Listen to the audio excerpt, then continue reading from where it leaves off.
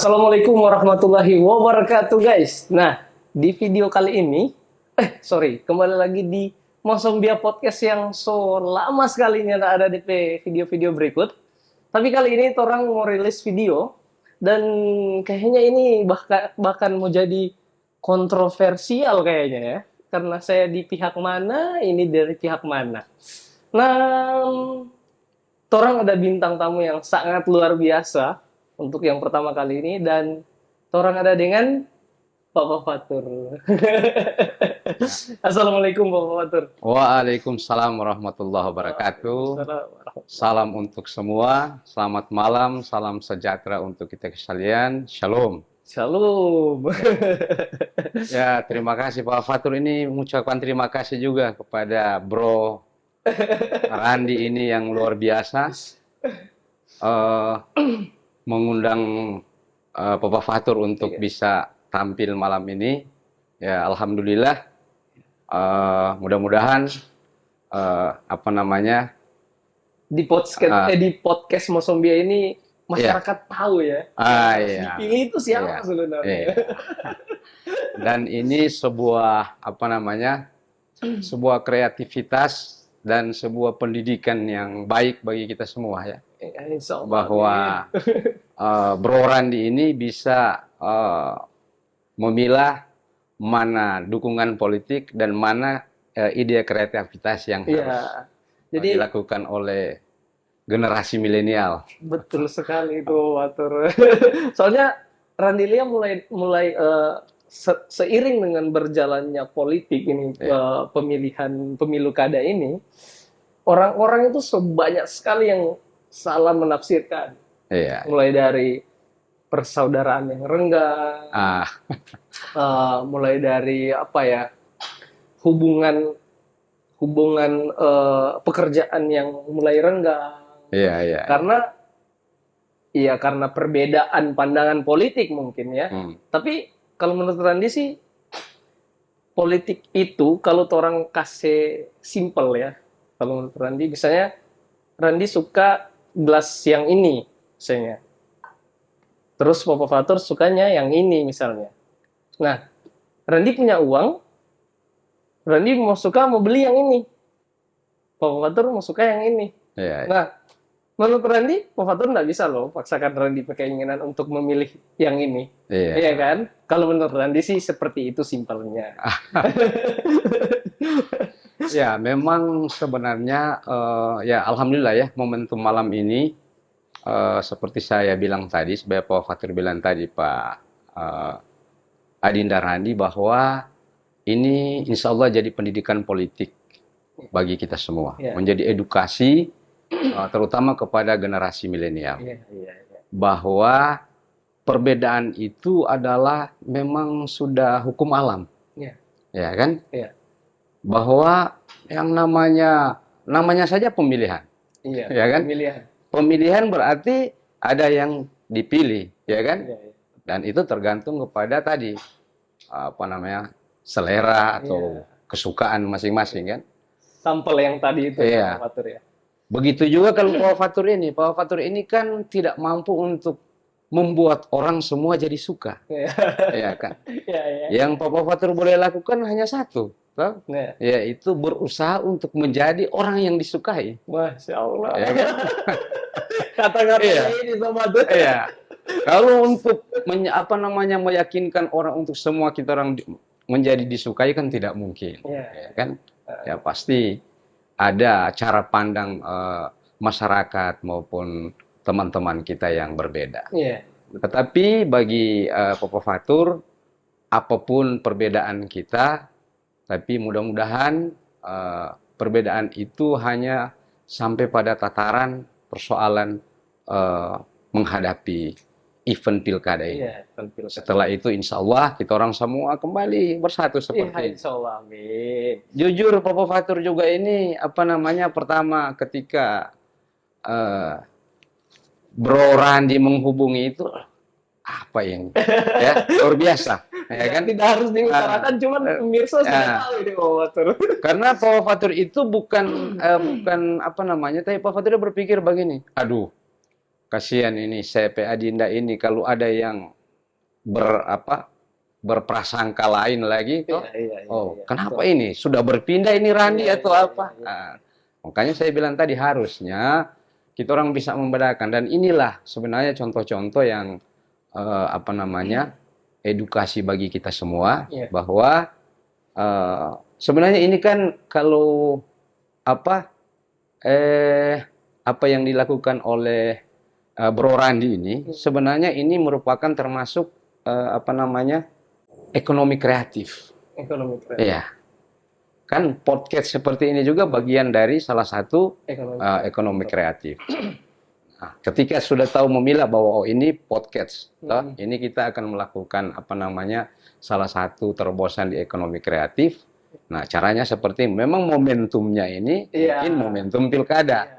Tapi kan ini di luar itu, kita orang bicara konteks tentang bagaimana sebagai sesama anak negeri yang mungkin Bro Randi dengan Pak Fatur ini dua generasi yang sedikit jauh sudah, ini generasi milenial, Pak Fatur ini boleh dikatakan generasi menjelang tua lah. Masya Allah. Ya kan? Tapi insya Allah ya mudah-mudahan dengan kegiatan-kegiatan seperti ini bisa memberikan edukasi bagi kita semua. Iya, insya Allah. Ya, Amin. insya Allah. Amin. Ya. Nah, Pak Fatur turun keluar dari zona pilkada dulu. Iya. Randi, Randi berencana itu orang syuting kurang lebih 1 jam. Dan ini insya Allah 30 menit ke depan itu orang bahas tentang pure Papa Fatur. Oh iya. Nah, setelah 30 menit insya Allah berikut, nah Randi itu kebetulan ada posting Papa Fatur gambar, dan ada juga orang-orang yang berpikir bahwa ya seperti perkataan Papa Fatur tadi itu. Cuman itu sebenarnya untuk masyarakat. Nah, di sini Randi menegaskan bahwa Randi itu suka bikin ini podcast Papa Fatur supaya minimal masyarakat itu tahu bahwa yang orang harus pilih itu orang seperti ini. Iya. Ya, begitu. Maksudnya jangan cuman karena berdasarkan hubungan pekerjaan atau hubungan sosialita anak muda sekarang. Jadi orang iko-iko saja. Ya, iko-iko. Pas tak pilih kemarin ngomong, kayak pokoknya jadi begini. Oh ya, silakan Pak Fatur. Kayak pokoknya jadi begini begitu. Nah, Randi just ingin memberitahukan kepada masyarakat khususnya Bola Monte Utara bahwa calon pemimpin itu seperti ini loh, begitu. Ya. Nah, kembali lagi. Randi suka mau tanya, Papa Fatur, seorang Papa Fatur di umur Randi itu seorang Papa Fatur yang seperti apa sih? Maksudnya pada saat Papa Fatur dulu, waktu umur-umur seperti Randi, apa yang Papa Fatur pikirkan? Kok bisa jadi calon bupati itu? Gitu. Yang pertama, di umur-umur Randi ini, Papa Fatur kan, Papa Fatur ini kok produk tahun 70-an. Ya kan? Kelebihan produk tahun 70-an itu, generasi itu adalah generasi yang sempat menikmati teknologi, boleh dikatakan dalam tanda petik kuno, sampai pada teknologi yang canggih sekarang. Masya Allah. Itu beda generasi 70-an dengan generasinya dorang Bro Randi ini. Kan? Kalau dong Bro Randi Sonyandariki itu segala macam. Iya. Itu kelebihan generasi kelahiran tahun 70. Iya. Kemudian di umuran Randi itu sebenarnya Papa Fatur lebih punya cita-cita itu ingin jadi pengacara. Pengacara ya? Iya, dari awal memang ingin jadi pengacara. Wow. Pengacara guys. Pengacara, iya. Makanya ketika lulus SMA, kuliah di Fakultas Hukum Universitas Samratulangi, alhamdulillah. Satu alma mater guys. Ya, alhamdulillah. Kami Papa Fatur itu 89 apa namanya masuk di Universitas Samratulangi di Fakultas Hukum. Kemudian ya karena berbagai hal agak sedikit terlambat sebenarnya selesai. Nanti 94, alhamdulillah baru Popofatur itu selesai. Lama juga Pak ya. Ya, lama juga. Iya. Karena memang ya berbagai hal. Nah, setelah Popofatur lulus jadi sarjana, kemudian kan Popofatur ini sesudah menikah baru wisuda. Jadi setelah lulus habis ujian kompre, belum langsung wisuda, masih pulang ke Boroko, saat itu belum Bolmut. Ya, karena di sini sudah begini begitu, menikah. Ya. Sesudah menikah dapat anak fatur baru ikut wisuda. Jadi lulus sarjana 94, wisuda 97. itu sesama dengan ada kuliah satu. Ada kuliah satu. Nah, jadi memang perjalanan yang luar biasa, ya kan. Tapi alhamdulillah setelah lulus, setelah diwisuda, kemudian Popofatur itu terjun di pemberdayaan. Terjun di pemberdayaan yang namanya jadi fasilitator desa di program pemberdayaan masyarakat namanya CRD. Dulu. Iya, dulu itu proyek dari apa namanya Bank Dunia, Bank Pembangunan Asia. Masih ada ADB. sekarang Popofatur? Masih ada. Oh, Masih ada. Tapi mungkin programnya sudah berubah nama. Iya. Kalau dulu namanya CRD, CER. Nah, Pak Fatur itu bertugas mulai dari Kecamatan Kaidipang sampai Kecamatan Pinogaluman. Nah, jadi berangkat dari pemberdayaan ini, Pak Fatur kan pemberdayaan ini selalu berhubungan dengan masyarakat, terutama masyarakat miskin. Karena sasaran dari program itu, bantuan dari ADB itu, Bank Pembangunan Asia itu, Asian Development Bank itu, adalah sasarannya masyarakat miskin. Jadi selama kurang lebih 5 tahun, Popofatur itu bergaul dengan masyarakat itu, menjadi fasilitator. Bergelut dengan bergelut. Masyarakat yang ekonominya di bawah. Ekonominya di bawah. Karena kalau program itu memang ketika kita mau apa namanya melakukan apa namanya pencarian masalah, kita itu tidak boleh menghadirkan elit desa. Cuma para memang murni masyarakat miskin yang ditempatkan di satu ruangan, kemudian kita mulai bimbing mereka untuk mulai berani mengungkapkan apa sebenarnya kebutuhan dari kelompok-kelompok masyarakat miskin ini. Nah, karena saya terbiasa dengan apa namanya program pemberdayaan, dari situ mulai belajar, saya banyak pelajaran yang Popofatur dapat dari sini bahwa wah, ini program ini luar biasa sebenarnya. Bayangkan saja sekelas ADB, Bank Pembangunan Asia itu mau mengalokasikan anggaran diberikan ke negara Indonesia untuk dijadikan program yang kemudian merekrut para pendamping, seperti sekarang istilah pendamping desa, kalau dulu fasilitator desa. Iya.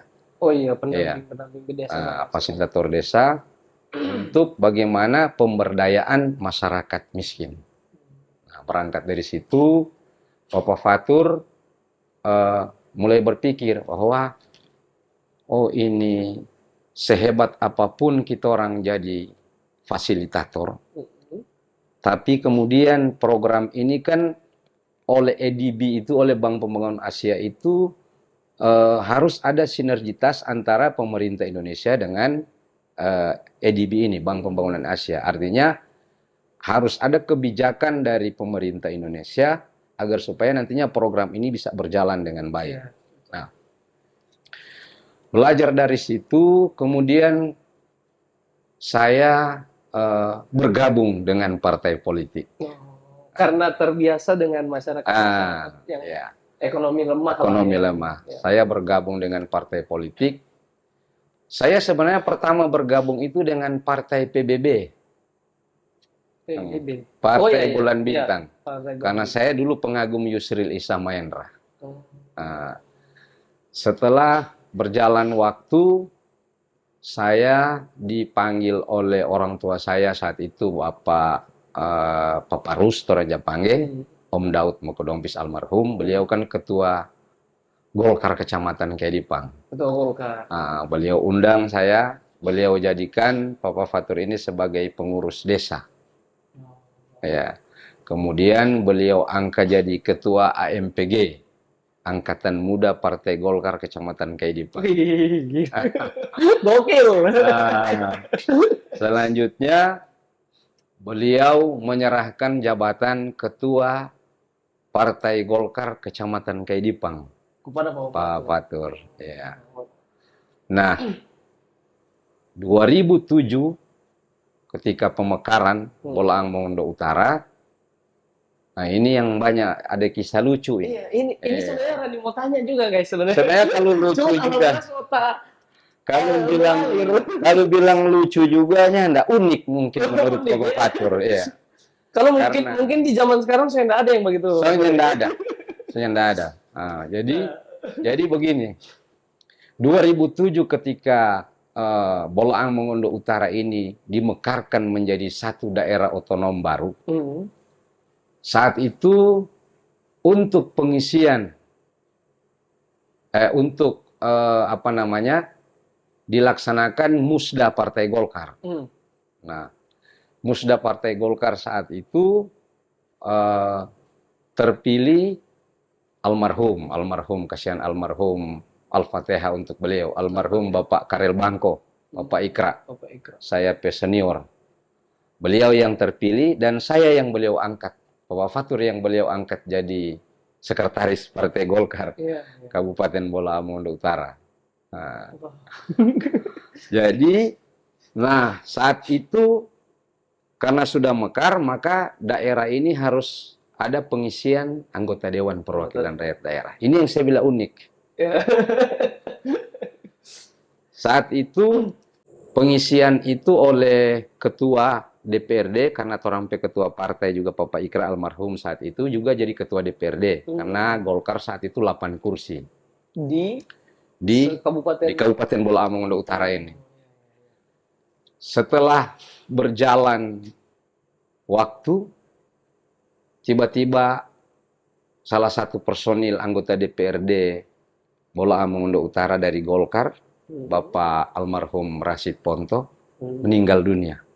Dipanggil oleh Allah Subhanahu wa Ta'ala. Pada saat itu baru kurang lebih 2 bulan mungkin dilantik.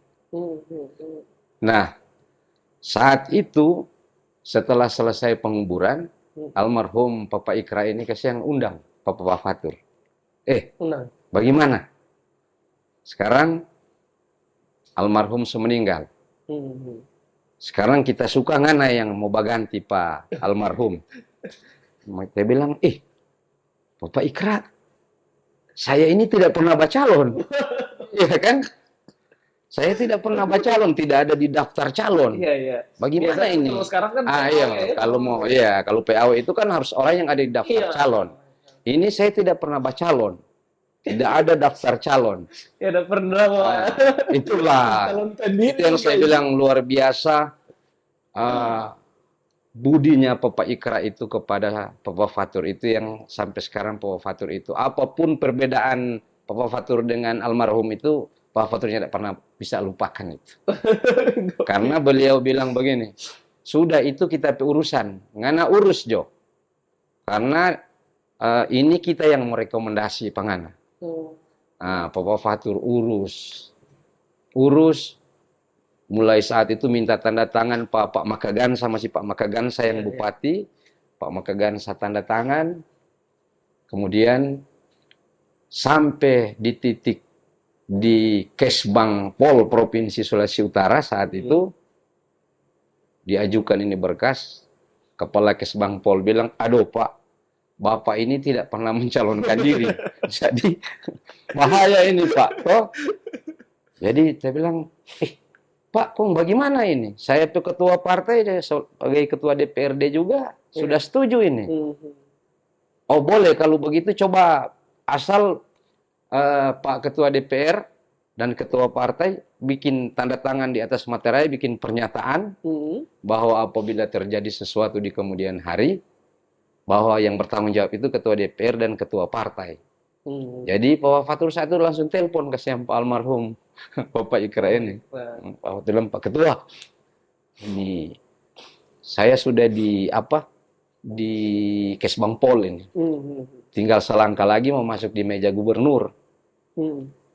Tapi masalahnya karena kita ini tidak pernah mencalonkan diri dan tidak masuk daftar calon, maka ini kepala Kesbangpol ragu untuk mau ajukan ke gubernur.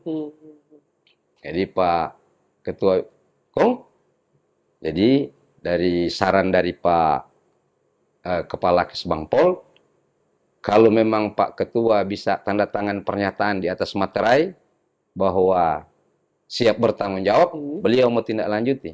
Oh, nggak kasih Pak Ketua Kesbangpol ini, Kepala Kesbangpol ini HP. Jadi PKC dengar-dengar ke sana, Ketua bilang, Bapak Ikra bilang, Pak Kesbangpol, berapa lembar saya mau tanda tangan itu pernyataan. Luar biasa. Pak Kesbangpol langsung bilang, oh iya Pak Ketua, iya Pak Ketua. Tutup ini telepon, Pak Kesbangpol bilang, oh, luar biasa nih Ketua DPR itu. Saya bilang, ya itulah beliau. Kalau beliau mau bantu orang pasti begitu. Nah, masuk di meja gubernur, ditandatangani oleh gubernur, dan dilantik Pak Fatur sebagai anggota Dewan Perwakilan Rakyat Daerah Kabupaten Bola Amundu Utara dari Partai Golkar, dan tidak pernah mencalonkan diri. Jadi, ya, 2009 kan so pileg. Nah, Pak Fatur lagi ikut pileg. Nah, alhamdulillah terpilih. Terpilih Partai Golkar lagi. Ya, cuma saat itu dari 8 kurang turun 6. Ya, dan pilkada saat itu juga sudah terpilih bupati saat itu Pak Hamdan Datun Solang dengan Pak Devri Ponto sebagai 2009 mencalonkan diri sebagai anggota DPR, terpilih. 2013 diajak oleh Bapak Adit untuk berpasangan sebagai calon wakil bupati. Alhamdulillah, maju, ya, berjuang, terpilih jadi wakil bupati. Ada yang Bapak Fatur lupa cerita Pak Randi. Bapak Fatur ini memang mujur, tapi pernah gagal juga. Dulu waktu bacalon Sangadi, sebelum calon apapun, Pak Fatur pernah bacalon Sangadi di Desa Kuala. Oh pernah itu? Pernah. Tahun berapa itu Fatur? Tahun 2002 kali. Ya, itu sebelum kejadian yang nak bacalon di Golkar? Oh sebelum itu, sebelum Bolang Mongdo Utara Mekar. Masih Bolmong Raya. Cuma 2 calon saat itu, saya kalah. Pak Fatur kalah beda 8 suara. Yang anehnya ketika 2013 bacalon wakil bupati yang soskup kabupaten, Pak Fatur alhamdulillah terpilih. Jadi luar biasa ini Pak Fatur perjalanan. Nah, setelah itu selesai berpasangan dengan Pak Adit, kemudian Pak Fatur itu berencana untuk maju calon bupati 2018. Oh iya. Setelah dengan Devri Ponto. Namun ya karena mungkin Tuhan belum menentukan bahwa Pak Fatur itu mungkin tidak mendapatkan partai politik saat itu. Pak Faturnya tidak lolos, tapi kemudian Allah menentukan lain. Secara aturan apabila bupatinya maju dan wakil bupati tidak maju, maka wakil bupati akan dilantik menjadi pelaksana tugas PLT. Iya. Jadi ternyata mbak calon bupatinya nggak jadi, tapi tetap jadi bupati biar cuma 4 bulan. Jadi DP hikmah itu bahwa Fatur ambil bahwa Allah itu akan memberikan sesuatu itu menurut waktunya Tuhan, bukan waktunya manusia. Kita orang boleh berencana, toh, berusaha, bagian dari ikhtiar, tapi keputusan itu tetap dari Tuhan, dari Allah Subhanahu wa Ta'ala. Membayangkan itu. Saya Pak Fatur itu bayangkan gagal mencalonkan diri, tapi tiba-tiba karena apa? Ternyata aturan bilang kalau bupatinya mencalonkan diri dan dia cuti, maka wakil bupati yang harus jadi bupati. Jadi biar cuma 4 bulan pernah rasa tuh DB1 itu. Pernah rasa naik motor DB1. DB1. Ya. Jadi itulah Pak Fatur perjalanan karir ya penuh dengan lika-liku. Terakhir mencalonkan diri setelah 2019 mencalonkan diri jadi anggota DPRD, alhamdulillah masih terpilih. Setelah 2024 ikut ulang pilek, soalnya tidak terpilih. Karena yang lucunya saat itu, yang paling lucu dan bukan lucu sebenarnya juga. 2024 itu tahun yang penuh cobaan bagi Pak Fatur, tahun penuh ujian. Karena Papa Fatur bacalon, Mama Fatur lagi bacalon. Oh iya, Randi tahu itu. Jadi luar biasa. Luar biasa itu. Pemilih saja so bingung, siapa don dua laki bini ini yang mau pilih di partai yang berbeda. Masya Allah. Randi saja kalau ada di posisi Papa Fatur, bingung bagaimana ini. Iya. Kali yang sebelah kanan ini boleh megalan. Saya jaga bilang Pak teman-teman, kalau ngoni pelawan, ada di luar rumah, tapi pas saya dalam rumah saya lawan politik. Iya. Tapi itulah belajar dari semua itu, toh. Sehingga ketika Papa Fatur punya niat untuk maju ini di 2024 ini memang ya tentu ada suara-suara sumbang. Sedang calon legislatif yang tidak jadi nombor calon bupati, tapi saya anggap itu motivasi. Karena saya berangkat sedangnya tidak pernah bacalon, saya pernah dilantik jadi anggota DPR. Apalagi ada iya, semua ini kan berangkat dari Toram Penawa itu. Iya. Nah, dan Bapak Fatur, mohon maaf Randi potong sedikit. Sudah menunjukkan semua setengah jam terada dulu. Nah, Randi itu ada satu pertanyaan sebelum para komentar-komentar itu Randi bacakan. Nah, pertanyaan Randi itu bagaimana cara Papa Fatur memotivasi diri sendiri untuk, kan biasa ini Randi pemikiran yang di belakang-belakang lah ya. Kemarin Papa Fatur bilang tadi kan Papa Fatur saja bacalon legislatif baru-baru itu kan yang tak pilih. Nah, sedangkan bacalon yang legislatif skop kecil, itu yang mau sama yang Pak Fatur bilang tadi, yang mau tadudu, apalagi ini yang luar biasa besar ini. Nah, untuk memotivasi Pak Fatur pediri itu untuk bisa, itu seperti apa Pak Fatur? Boleh kayaknya ini. Iya. Jadi yang pertama pada saat Pak Fatur mencalonkan diri sebagai anggota legislatif 2024 itu, Pak Fatur sudah bilang ke teman-teman bahwa insya Allah Pak Fatur ini mau maju, mau jadi atau tidak. Ini yang Pak Fatur motivasi Pak teman-teman. Mau jadi atau tidak, yang penting Partai Perindo ini insya Allah mau dapat kursi. Pak Fatur tetap 2024 ini sudah berniat untuk maju sebagai calon bupati. Nah, jadi kepada teman-teman kita bilang, Pak Fatur bilang, konsekuensinya ini pasti orang ini akan dikeroyok oleh Toram Pelawan, apalagi saat itu Papa Fatur tidak mendukung bupati dan wakil bupati terpilih saat itu kan. Iya, iya, iya. Kemudian ketika datang legislatif pasti secara politik upaya-upaya pasti akan dilakukan untuk. Betul. Nah, alhamdulillah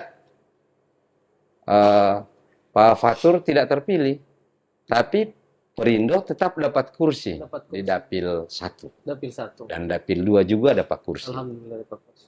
Nah, dari 2 kursi yang Pak Fatur partai Perindo peroleh itu, Pak Fatur termotivasi dengan itu. Karena apa?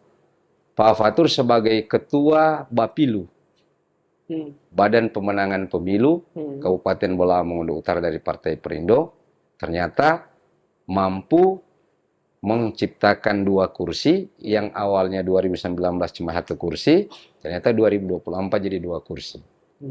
Jadi Pak Fatur termotivasi untuk maju sebagai calon bupati. Yang kedua, Pak Fatur itu tidak pernah pesimis dengan apapun. Ya. Pak Fatur itu kekalahan itu bukan menjadi sebuah beban pikiran, toh. Malah Pak Fatur menjadikan itu sebuah motivasi. Bahwa ya mungkin Pak Fatur kok selalu mengaitkan dengan dengan agama. Ya, bahwa mungkin ada rahasia Tuhan toh di balik ini, di balik. Jadi kalau tinggal bagaimana cara orang memaknai ini maksud dari Allah ini toh. Ketika Allah nyandak kasih jadi di legislatif, kalau kemudian ini kita orang bilang, misalnya Pak Fatur kalau langsung berpikir, oh mungkin Tuhan ini sudah tidak sayang atau sudah tidak apa. Bisa saja ini ada sesuatu yang sedang Allah persiapkan toh. Tetapi dia uji dulu dengan ini. Apakah Pak Fatur ini bisa menerima ini? Toh? Karena selama ini kan cuma yang bagus-bagus terus. Toh? Yang mujur-mujur. Yang mujur-mujur terus. Coba kita mau kasih sesuatu menurut Allah yang mulia. Cara kamu menerima ini kita takdir pangannya ini bagaimana? Nah, alhamdulillah Pak Fatur ketika ini hikmahnya saya dengan Papa Fatur dengan Mama Fatur di rumah tangga DP hikmah sobaku bae. Yang karena ada baku marah, dua-dua piba calon di partai politik yang berbeda. Akhirnya DP dampak Tuhan bilang karena ngoni dua baku marah, nonapa kita kasih dua-duanya tidak jadi. Ya kan? Nah, dari hikmah itu Pak Fatur ambil dari hikmah semua ini bahwa ternyata orang ini sehebat apapun, sepintar apapun, bahwa kalau kita orang melakukan hal-hal yang di luar atau yang tidak diridhoi oleh Allah Subhanahu wa taala, ya inilah konsekuensi yang harus kita orang terima. Tetapi dari ujian itu Pak Fatur tidak patah semangat. Tidak patah semangat. Apapun kata orang hari ini, Mas Bro tetap maju untuk, iya, karena gas terus, gas terus, iya. Hasil akhir itu kan Allah yang tentukan kan takdir itu. Orang cuma berikhtiar, iya. Karena filosofinya Pak Fatur itu selama masyarakat itu belum masuk di dalam TPS, Mas Bro pikir masih boleh, Mas Bro yakinkan untuk memilih, iya kan? Kalau Randi sih cuma mau bilang para calon yang lain ya, maksudnya ini yang Rani kutip dari Pak Fatur juga. Baik-baik, lain kali orang yang berusaha, mukal deh orang yang mujur. Itu. Ini salah satu orang yang mujur, Pak Fatur orang yang mujur. Dan memang setengah mati yang sekala orang mujur. Dan mudah-mudahan 2024 ini Mas Bro mujur. Masya Allah. Iya. Dan memang seharusnya begini ini suasana yang kita ciptakan kan, karena orang biar mau baku berdebat sampai mau baku-baku marah kan sudah ditentukan siapa yang akan jadi pemimpin ke depan ini toh. Lalu buat apa? Kembalikan ya toh. Kan mau ini kampanye toh. ini belusukan, hanya bagian dari ikhtiar. Iya. Ikhtiar Orang yang harus. bisa berikhtiar. Setelah kita orang ikhtiar ya kembalikan kepada yang Maha Kuasa Allah Subhanahu wa taala. Kalau Pawafatur sangat itu. Makanya Pawafatur itu berupaya untuk tidak mau bermusuhan dengan siapapun, ya kan? Tidak mau baku apa dengan siapapun karena ya Tidak ingin membuat gap, guys. tidak ingin. Tidak ingin. Hidup ini singkat. Ya, Pak? Iya. Maka mari setiap menit itu kita orang buat bermakna. Iya, iya. Toh? Buat bermanfaat bagi orang banyak. Toh?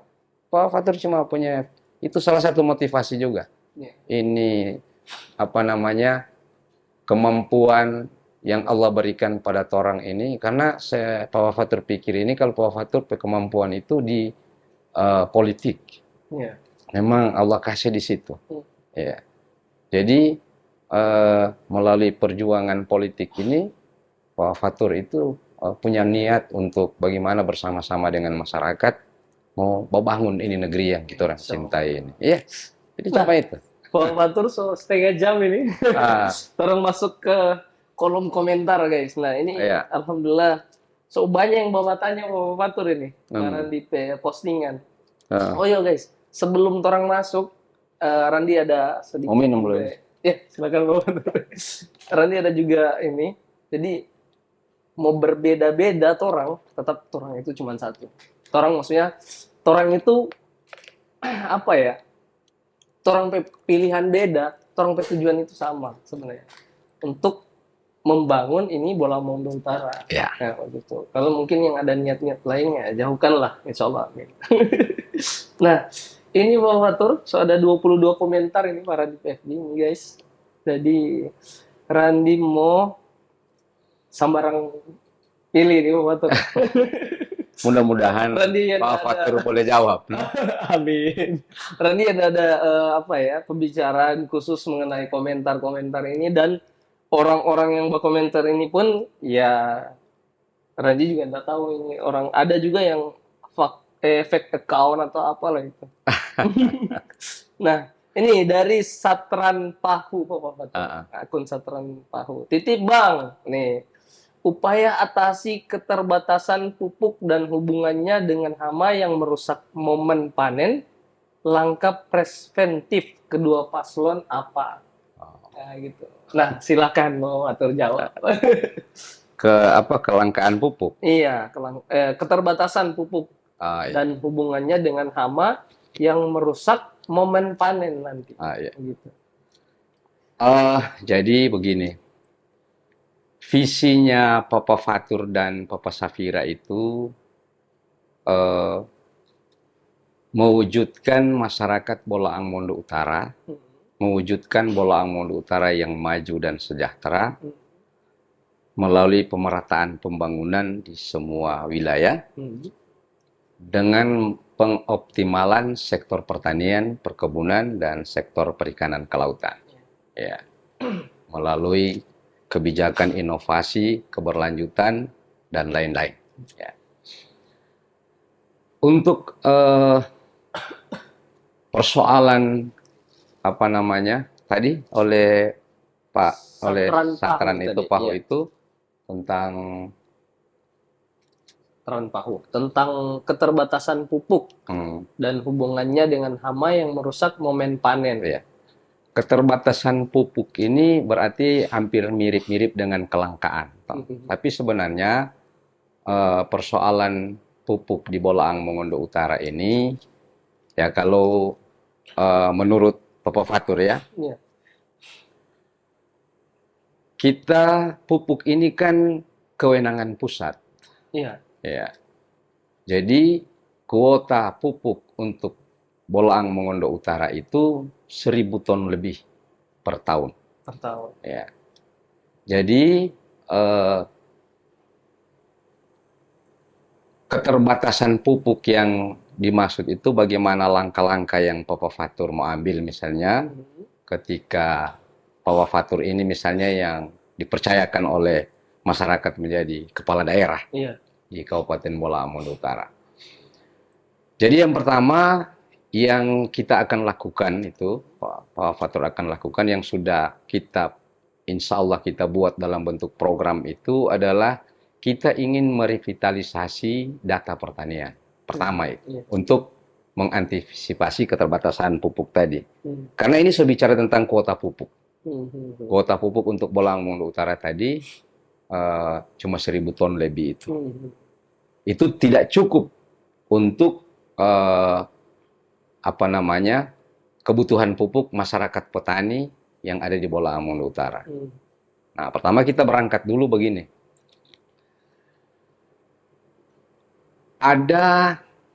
Saya tidak ingin bermaksud untuk menyinggung siapapun ya. Iya, iya. Ada sering ungkapan masyarakat begini bahwa, oh, kalau di zaman si ini pupuk itu talebe-lebe, Iya. ya tak? Iya. Nah, kalau di zaman ini bibit itu juga talebe-lebe. Nah, saya ingin atau Pak Fatur ingin katakan begini.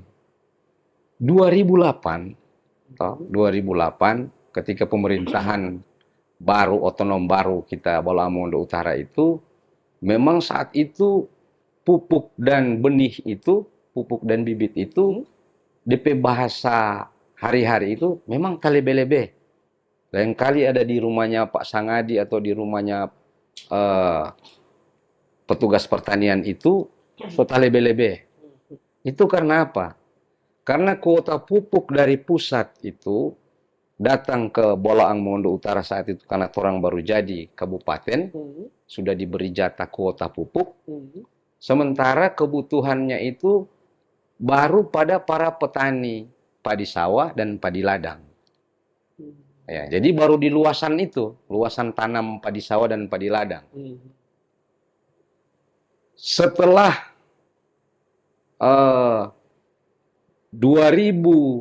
mulai 2010 atau 2011-2012, ketika Fadel Muhammad terpilih jadi gubernur Gorontalo dengan visi Provinsi Gorontalo sebagai Kabupaten Jagung, maka saat itulah terjadi penanaman atau usaha dari petani itu untuk menanam jagung di Gorontalo, dan dia menyebar sampai di Bolang Mongondo Utara. Nah, ketika masuk di Bolang Mongondo Utara, mulailah masyarakat sudah mengenal menanam jagung secara massal. Maka saat itu kuota pupuk yang selama ini cuma digunakan oleh para petani padi sawah dan padi ladang, sudah ketambahan jatah dengan adanya luasan lahan untuk tanaman jagung. Petani jagung. Nah, jadi kuota yang sekian ini sudah berkurang lagi dengan tanaman jagung. Maka disitulah terjadi tadi keterbatasan atau kekurangan kuota pupuk di Bolang Mongondo Utara. Jadi upaya yang akan dilakukan itu, kalau kita orang melakukan pengadaan pupuk sendiri, nah itu sangat berat. Karena orang pernah melakukan itu di APBD ini baru-baru, waktu Pak Fatur masih di dalam bersama dengan teman-teman DPR, itu murni usulan DPRD, tapi memang kemampuan keuangan daerah kita tidak mencukupi untuk itu.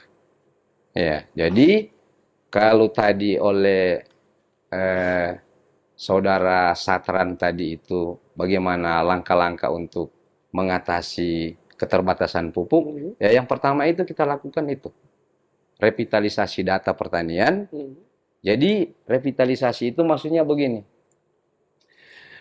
dalam satu rumah itu, misalnya dalam satu rumah satu kakak, kan kalau dulu itu satu kakak itu data pertaniannya satu kakak dianggap cuma memiliki satu lahan.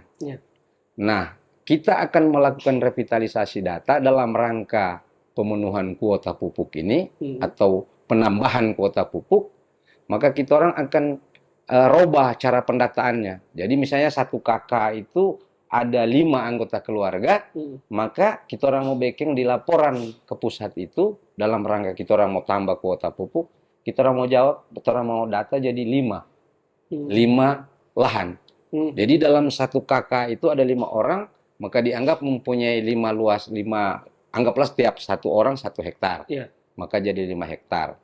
Nah, dengan data pertanian seperti ini, menurut kami, insya Allah ketika kita laporkan ke sana, maka eh, apa namanya kuota pupuk untuk Bola Mongondo Utara, insya Allah tidak akan terjadi lagi tadi seperti tadi itu Iya. keterbatasan itu. Insya Allah meningkat ya. Iya, insya Allah meningkat. Karena itu bagian fokus dari kami berdua sebagai calon bupati dan wakil bupati jika terpilih nanti. Iya, iya. Ya, karena kaitan dengan visi itu tentunya visi yang mengoptimalkan sektor pertanian dan perkebunan, tentunya salah satu misi kita adalah peningkatan produksi. Nah, kalau ingin peningkatan produksi berarti ada keterkaitan dengan ketersediaan pupuk yang cukup bagi masyarakat.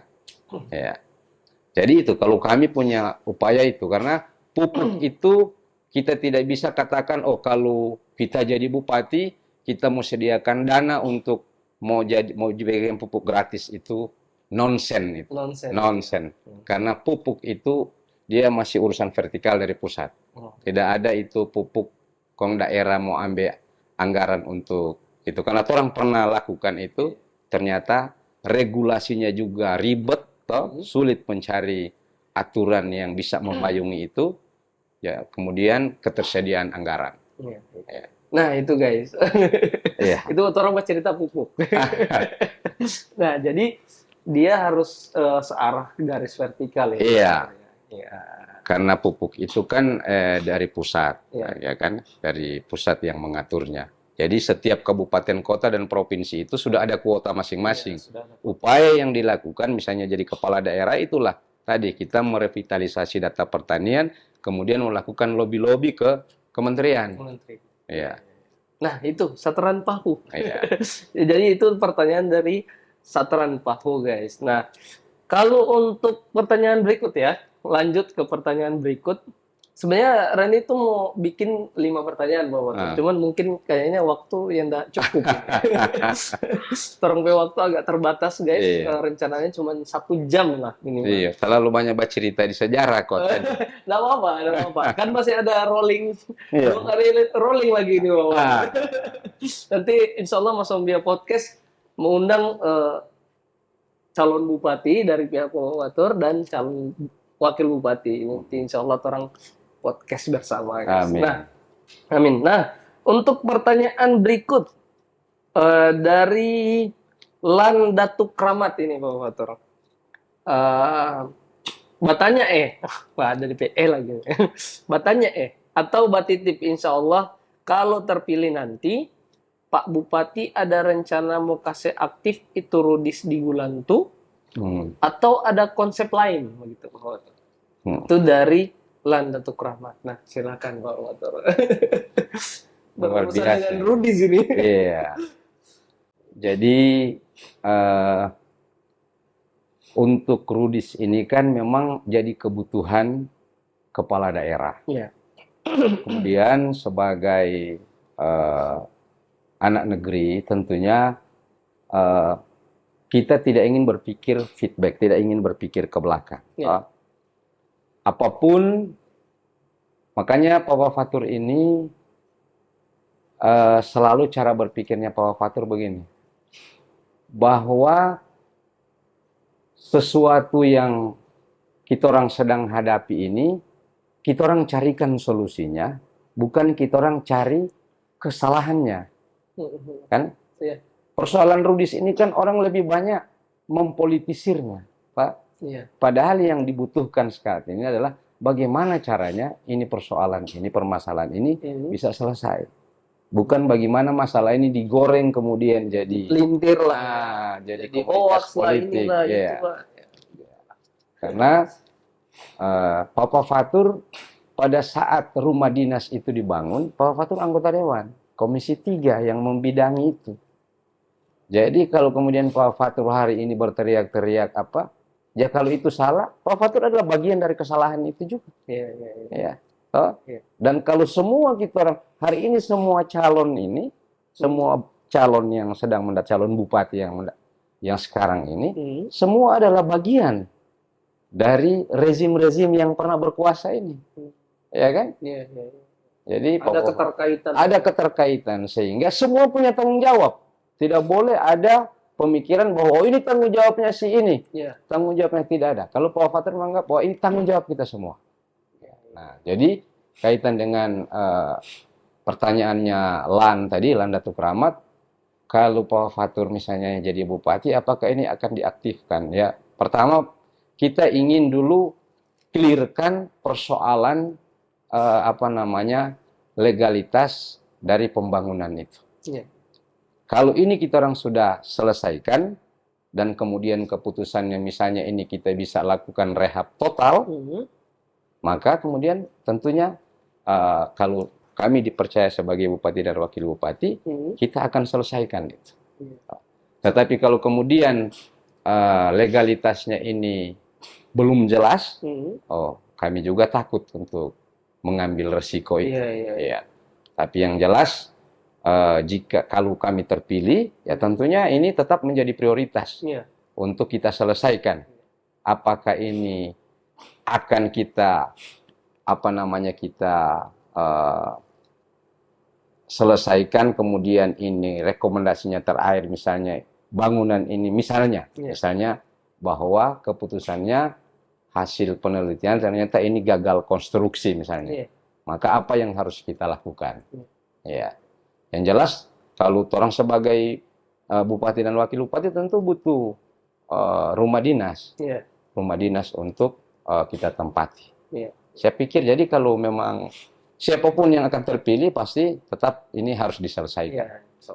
Kalau mau bilang diaktifkan ya ini kan LAN bukan ini LAN pertanyaan apakah akan diaktifkan kan?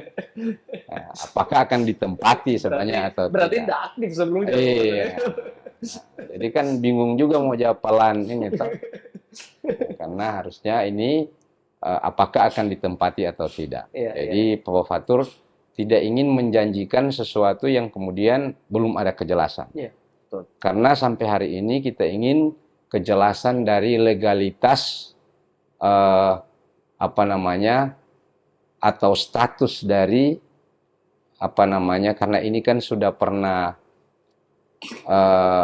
ada APH yang menangani aparat penegak hukum, tentunya kita ingin perjelas juga. Jadi kalau orang, insya Allah kalau Pak Fatur yang jadi bupati, Pak Fatur akan ke BK, akan ke Polda, kemudian akan ke KPK. Kita akan minta pertimbangan dan masukan, kemudian misalnya masukan dari lembaga-lembaga ini, kemudian membolehkan untuk kita tindak lanjuti. Nah, dengan dasar itu, saya misalnya kalau jadi bupati, kita akan minta misalnya surat untuk bahwa ini kami boleh tindak lanjuti. Karena itu tadi, apapun harus kita orang selesaikan itu. Jangan jadi beban untuk generasi-generasi kita akan datang. Kalau memang itu tidak bisa dilanjutkan, ya kita orang harus putuskan. Ya kan, tidak ada keputusan yang bisa memuaskan semua orang, tapi harus ada ketegasan untuk bersikap. Nah, jadi kalau Pak Fatur lebih memilih itu, tentu ada yang kecewa, ada yang marah, tapi keputusan harus diambil. Betul.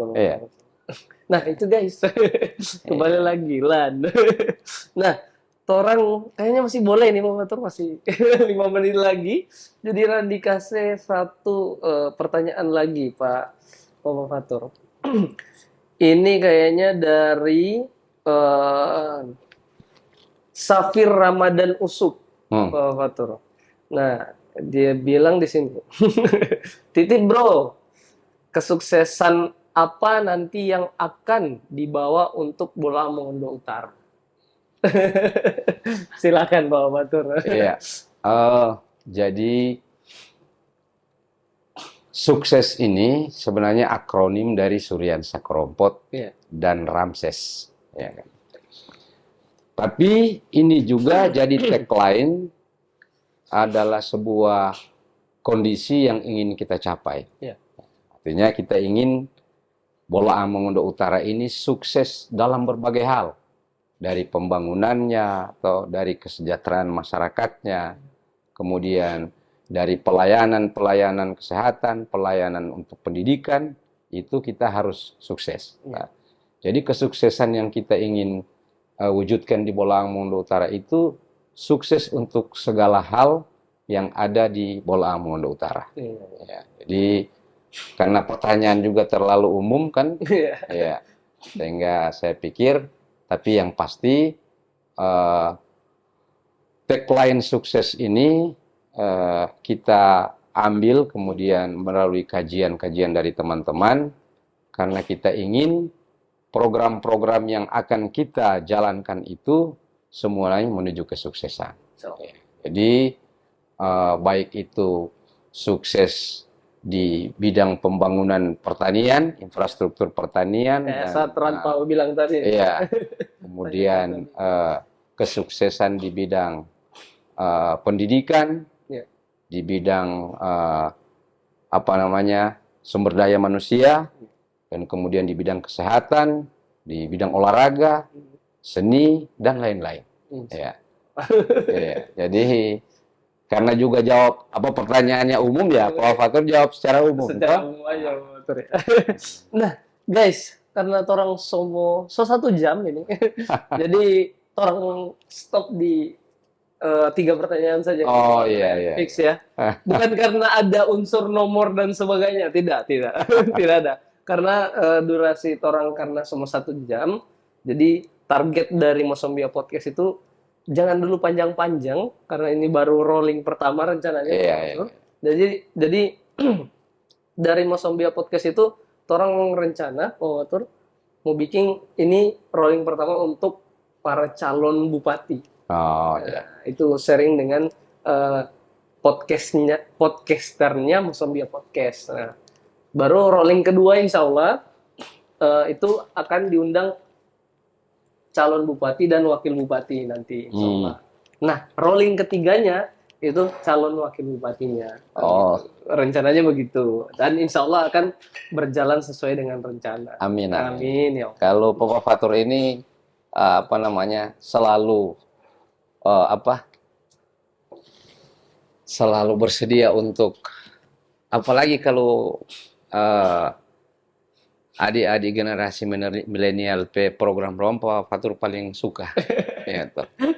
Karena kalau mau dengan tenaga setengah mati, kalau cuma dengan pemikiran-pemikiran untuk kehadiran juga itu kan termasuk bagian dari mensupport dan mendukung teman-teman generasi milenial. Toh. Ketika kita orang hadir diajak, toh. Karena kan luar biasa.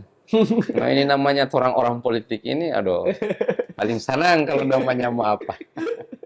Insya Allah, amin. Nah, jadi di Mosombia Podcast itu ada tradisi Pak Fatur. Nah, tradisinya itu Randi biasa tanya. Jadi satu kata bahasa contohnya Randi. Satu kata bahasa Bolangitang begitu.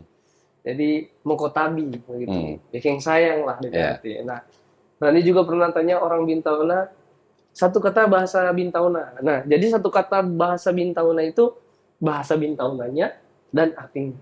Just cuma Pak Fatur sebutkan. Jadi bebas itu tentang apa saja yang Pak Fatur pikirkan. Tapi cuma satu kata, bukan satu kalimat. Nah, itu tradisinya di Mosombia Podcast. Nah, kalau dari Pak Fatur satu kata bahasa Kaidipang ya Pak Fatur ya. Oh, satu kata bahasa Kaidipang. Iya. Ya apa namanya? Mopopiana. Mopopiana.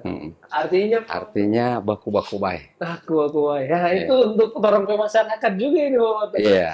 Baku-baku baik guys. Walaupun orang beda pilihan politik ya, Pak Fatur ya. Pilihan calon ya, tetap orang itu satu darah. Iya. Orang itu satu negeri. Satu negeri ya. Orang berpijak di negeri Bola Mongondo Utara. Iya. Jangan karena orang pilihan beda, akhirnya sebaku belakang, senima umbaku togor. Dan jadikan perbedaan itu sebagai bagian dari sebuah proses untuk menghasilkan yang terbaik. Iya, kan? Betul. Ya kan? Begitu. Betul. Dan karena begini, yang paling harus diingat sekali oleh kita semua, bahwa yang dilarang itu bukan perbedaan, tapi perpecahan. Ya, itu. Ya kan? Betul itu. Ya kan? Betul. Nah, jadi berbeda itu memang hukum alam. Iya. Toh? Endi saja dengan Om Sal beda. Iya. Padahal Indi pe Om ini. Iya. Beda pandangan. Beda pandangan, tapi tidak memutuskan hubungan antara anak dengan Om kan? Iya, betul, Ya. betul. Itu eh, harusnya begitu. Iya, Oh. harusnya begitu. Nah, itu yang Saling menghargai pilihan masing-masing iya. gitu ya. Jadi orang-orang tua kita dulu itu apa namanya istilahnya mengeluarkan kalimat tadi itu mempopiana itu. Iya. Kan itu baku-baku baik itu maknanya itu sungguh luar biasa. Ya, dulu orang-orang tua orang itu biar dia ada di mana belum ada kendaraan secanggih sekarang dia berjalan kaki dari sana datang silaturahmi. Tuh. Nah ini kebiasaan-kebiasaan ini so hilang di generasi orang. Sedang kakak adik, sedang bersaudara, waktu jauh sedikit, ulahnya ada motor pipa dia, no, tahu jauh, Iya, betul. ya kan. Kalau dulu aku cari, nah ini kita orang hidupkan kembali ini, Insya toh. Allah, insya Allah. Orang ini kasih yang satu daerah, itulah. Makanya yang paling inti itu semua ini berangkat dari kita orang masyarakat ini kan masyarakat paternalistik, Iya. patron. Hmm. Jadi dia melihat kalau para apa namanya para figur yang mereka idolakan ini kemudian cara berpikirnya juga lebih banyak kepada menghasut dan Iya. apa maka pasti dibawa akan begitu. Iya. Kalau Betul. kalau Pak Wafatur selalu bilang pertama-tama ngoni bukan kita pe anak buah, ngoni kita pe sahabat seperjuangan. Iya. Toh? Betul. Jadi kita bukan ngoni pe bos, ya Iya, kan? iya. Jadi Makanya kan, ada tagline TS itu, iya, teman Suryansa. teman Suryansa dan hadir untuk semua. Masya Allah. Nah, orang susah 1 jam lebih ini Pak Iya. terakhir. Jadi yang paling terakhir di Mosambia Podcast itu kan tadi ada adat ya. Kalau yang paling terakhir di Mosambia Podcast itu mengajak. Ya. Nah, jadi ingat guys bahwa orang kalau cuman mengandalkan misalnya contoh ini Pak Fatur ya kabar angin, kabar burung yang masuk ke orang pemikiran bahwa Papa Fatur sih seperti ini orangnya. Misalnya contoh Papa Fatur seperti ini. Nggak pernah Papa Fatur bilang begini. Pernah Randi itu bilang begini Papa Fatur atau sebaliknya. Nah, Randi suka maksudnya munculkan tagline-nya Mosambia itu mari Joko bercerita. Begitu. Nah, mari Joko bercerita ini orang dapatkan faktanya gitu. Maksudnya siapa boleh Papa Fatur bilang seperti itu Pak Randi atau sebaliknya. Tapi kalau misalnya kalau tidak pun terjadi kan sekarang banyak sekali beredar hoax lah, hujatan sana sini dan sebagainya. Ya, orang klarifikasi. Nah, cara klarifikasi itu bukan orang mengandai-ngandai bahwa oh dia ini beda pilihan. Dia ini si ini, dia ini si itu.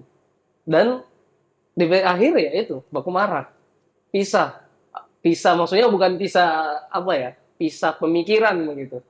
Nah, yang paling terakhir di Mosambia Podcast itu Randi selalu mengajak untuk narasumber ajak masyarakat ini masyarakatnya Pak Fatur ini depan kamera ini Pak Fatur. Nah, Pak Fatur ajak gitu. Mari Joko membaca cerita. Just it sih sebenarnya, tapi kalau Pak Fatur mau tambah juga enggak apa-apa. Tapi tagline-nya Mosambia itu mari Joko orang baca cerita. Nah, silakan Pak Fatur sampaikan ke masyarakat Pulau Mondota di depan kamera. Iya. Silakan Pak Fatur. Iya. Jadi sebagai daerah yang apa namanya itu orang ini kan daerah Pulau Ambon Utara terkenal dengan adat istiadatnya yang menganut filosofi atau falsafah di Kaidi Pengbolangitan itu Moto Tabiana, Popiana, Agumono Nantobana. Ya kan sebuah falsafah yang padahal orang-orang tua kita dulu itu tingkat pendidikannya jauh di bawah kita orang semua. Tapi makna kalimat yang mereka jadikan sebagai falsafah dan filosofi kehidupan itu ternyata tidak lekang oleh waktu. Bahwa sampai hari ini dan mungkin sampai kapanpun tetap berlaku itu. Bahwa falsafah baku-baku ingat, baku-baku sayang, dan baku-baku baik. Artinya ketika kita orang sudah apa namanya sudah pada kondisi tertentu ingat jo kamari, toh, bahwa oh ada ini falsafah orang-orang tua bahwa ternyata kita orang hidup ini harus baku-baku ingat, Iya. baku-baku sayang. Dan dikaitan dengan apa namanya Mari Jo, baca cerita iya, ini mosombia. belakangnya. Mari Joko bacirita. Iya. Ah iya, mari Joko bacirita. Tagline-nya Mosombia ini guys. Iya. Jadi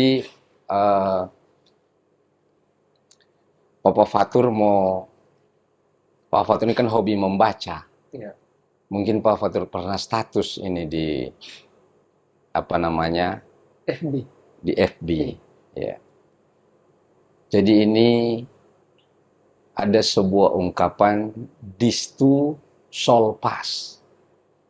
Artinya dan ini pun akan berlalu. Iya, iya. Distu sol pas dan ini pun akan berakhir. Jadi DP kisah begini. Ada seorang raja, dia bilang pada DP penasehat, coba ngana cari akang orang yang mampu mau bikin tulisan di cincin emas pak kita ini, yang setiap kita mau lihat ini tulisan, maka kita akan terinspirasi. Nah, jadi ini penasehat bilang, ada tukang cincin yang hebat di ujung kampung. Jadi singkat cerita, raja dengan ini penasehat pergi. Sampai Pak tukang buat cincin ini, kaget ini tukang buat cincin, siapa raja muncul kemarin. Jadi raja bilang, tidak usah takut, kita ini cuma mau datang beki akang cincin pak kita yang ada tulisan, dan tulisan itu setiap kita mau baca mampu menginspirasi kita. Jadi karena ini raja permintaan, tidak ada yang boleh menolak. Jadi dia bilang, iya Tuan Raja, saya akan usahakan. Seiring waktu ini tukang cincin ini mulai berpikir, apa kita mau tulis ini? Ya singkat waktu, singkat cerita, dia tulis. Baru dia piantar Pak Raja. Raja lihat, apa DP makna DP tulisan ini? Singkat cerita, satu saat terjadi kegemparan di kerajaan. Orang-orang jatuh sakit, orang di istana jatuh apa? Raja ini sedih. Tiba-tiba dia dapat pegang ini cincin yang dibuat oleh pembuat cincin ini, kon tulis distu sol pas. Artinya DP arti dan ini pun akan berlalu. Jadi dia terus bilang, oh betul. Apapun yang akan kita hadapi ini pasti akan berlalu. Pasti akan. Ya. Kalau Randi selalu bilang Pak Tamang-Tamang, atau Pak Randi PS juga, Randi pernah bilang kan, kalau mau ujian pasti mau besok. Iya. Ya, kalau mungkin ada sementara ujian ini hari, pasti mau besok. Ya nggak mungkin mau ini hari terus. Iya. Gitu kan. Iya. Jadi cerita itu sangat menginspirasi. Ketika juga selesai DP masalah, kemudian teratasi, kemudian dia bikin pesta. Memang pesta luar biasa untuk bergembira. Sementara orang asik bergembira, dia dapat baca ulang ini tulisan. Distu sol pas. Dan ini pun akan berakhir. Dia bilang, aduh, iya kan. Ini boleh terlalu berlebihan ini. Betul. Tidak boleh terlalu euforia. Karena ini pun akan berlalu. Ya, nah, kaitan dengan distu sol pas ini, dengan ini, mari Joko bacirita, bahwa kita orang ini tidak perlu terlalu mengejar sesuatu kemudian menafikan orang lain. Ya kan? Bahwa tidak ada di dunia ini sesuatu itu boleh kita orang kerjakan sendiri. Maka mari jo kita orang bercerita. Mari jo kita orang pecahkan bersama. Kan? Bahwa semua persoalan, semua ide-ide cemerlang itu muncul dari ketika kita orang bercerita bersama-sama. ya kan? Betul itu guys. Iya. Tidak ada ide brilian yang keluar kalau kemudian cuma duduk sendiri. Nah, mari kita orang bercerita. Kita orang bangun orang daerah yang kita orang cintai ini melalui kita orang bercerita dengan hal-hal yang positif. Iya, Kan? hal-hal Iya. guys. Terutama jauhkan hoax. Iya, jauhkan hoax. Apalagi kan Papa Fatur itu lebih senang itu di generasi milenial itu punya ide-ide kreatif, toh. Jadi jangan nyanda usah orang kalau ada yang sudah mulai masuk dengan berita-berita hoax ya generasi milenial ini Jo yang lakukan apa? Melakukan seleksi, toh. Jangan ada hoax di antara kita. Jangan ada hoax di antara kita, toh.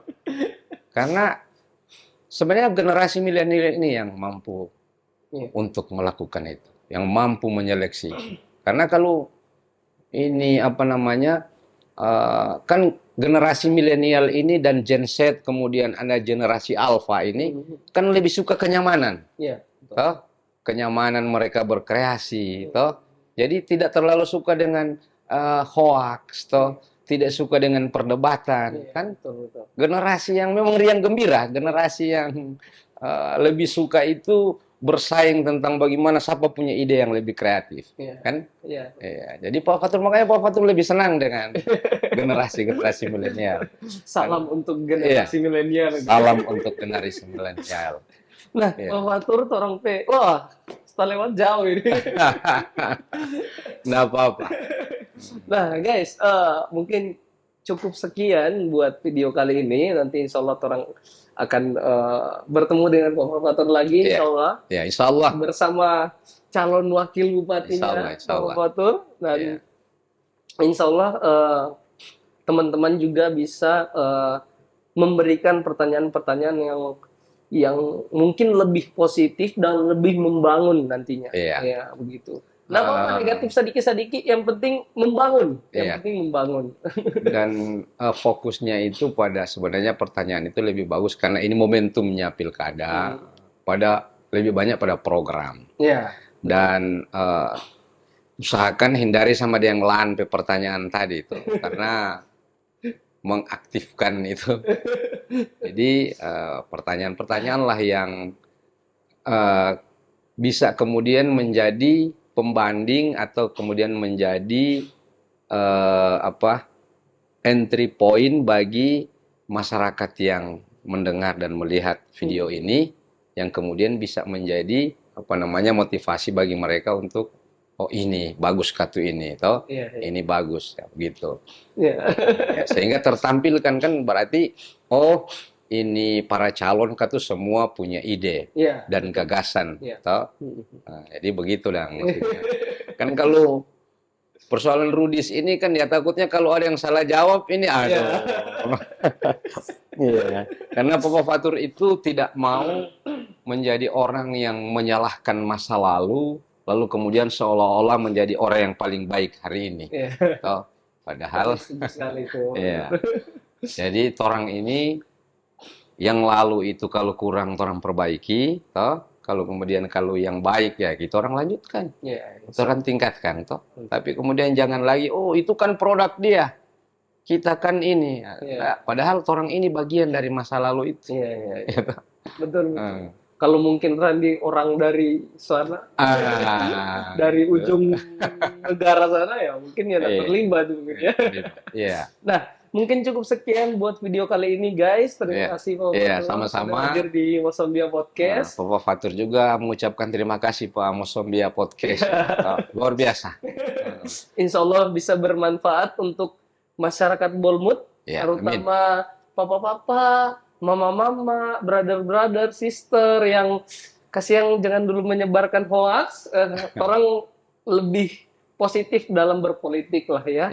Dan insya Allah berguna untuk seluruh masyarakat Bola Mongondo Utara nantinya. Terima kasih Pak Fatur. Ya, sama-sama. Assalamualaikum warahmatullahi wabarakatuh. Waalaikumsalam warahmatullahi wabarakatuh.